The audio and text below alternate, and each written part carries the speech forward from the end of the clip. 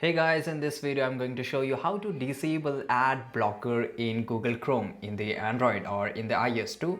So let's go to the Chrome browser here and let me just open a tab here, right? So it is already open, and make sure that you are using the updated version. So just go to the Play Store, or if you're using iOS then just go to the App Store, and here you have to use the Chrome. You have to type the Chrome and make sure to update the app, right? So here you can see the option of updates. I will update the app and we will wait till the app get updated, right? So here we have to click on this three dots, and after that we have to go to the setting, and after just going to the setting in the advanced feature here, you have to not click on that. You have to just go to the site setting, right? After clicking on this site setting, here you can see the ads feature, right? So click on this, and here it is already turned off. So if you want to block ads, just turn it on, right? So here you can see that just by clicking on the allow, it will allow all the ads, but if you want to turn it off, you can just turn it off, right? So this is pretty easy, guys. I hope you found this video really useful, and if you did like this video right now, subscribe our channel and see you in the next video. Till that time, take care, goodbye.